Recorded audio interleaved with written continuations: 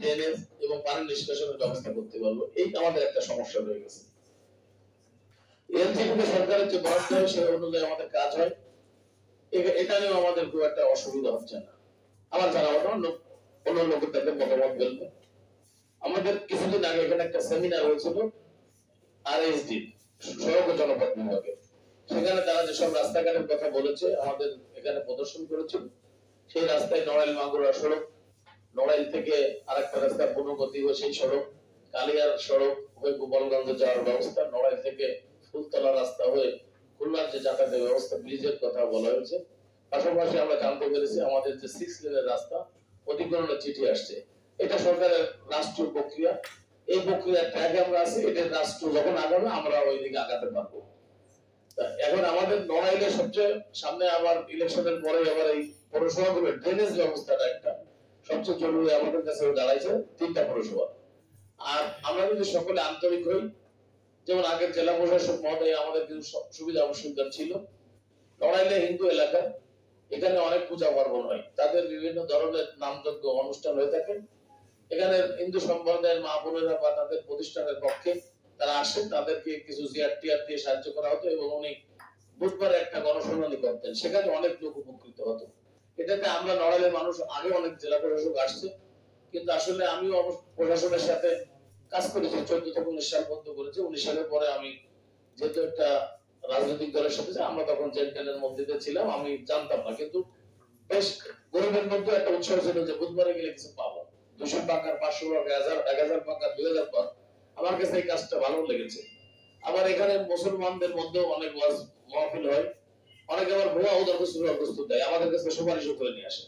আমরা চাই যে সঠিক ব্যবহারের মাধ্যমে এই যে জিআরটিআর দেন আপনারা যারা সঠিকভাবে কর্মসূচি পালন করে, অনেক সময় কি 500 দরখাস্ত পড়ে গেছে 200 কেজি করে দেন, ওর মধ্যে কিন্তু এক শ্রেণীর চক্র আছে, তারা 10-20টা দিয়ে রাখে।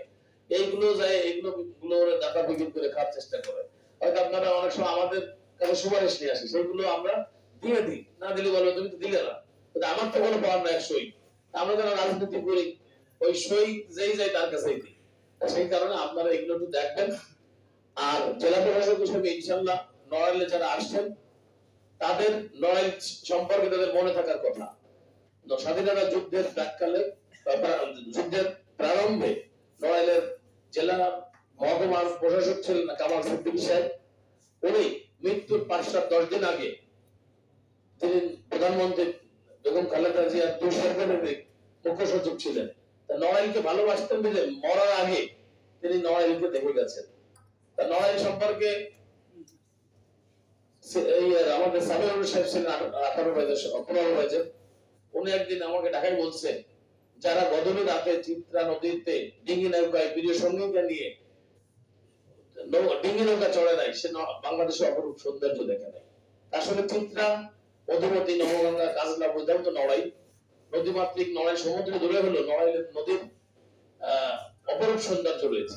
পাশাপাশি নদী ভাঙ্গনও আমাদেরকেও গ্রাস করছে, সেদিকে আমাদের খেয়াল দেওয়ার দরকার। লোহাগড়া এবং কালিয়াতে নদী ভাঙ্গন রয়েছে, সেগুলো আপনারা খেয়াল করবেন। পাশাপাশি আমরা যারা আছি আপনাদের সাথে কাজ করব এবং আমরা আন্তরিকতার সাথে কাজ করার চেষ্টা করব। আপনাদের সাথে আমাদের বন্ধুত্ব সম্পর্ক থাকবে নড়াইলের উন্নয়নের জন্য। আপনাদের সাথে প্রশাসনের সাথে আমাদের কোনো বৈরী ভাব থাকবে না।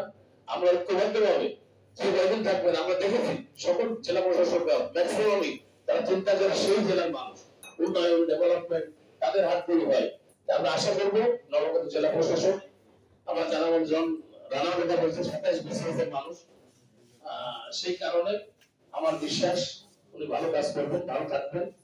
আর যেহেতু লেখাপড়া জানা মানুষ আমাদের আমাদের বিশ্বাস রয়েছে। এখন নড়াইল কিন্তু প্রাচীন কাল থেকে শিক্ষিত মানুষের বসবাস, যেখানে ব্রিটিশ পিরিয়ডে নড়াইলের আউলিয়াতে আমি শুনেছি যে মৃত্যুর বাড়ি ছিল তারা 7 ভাই ব্যারিস্টার ছিল। নড়াইলের জমিদাররা তাদের সাথে আত্মীয়তা করার জন্য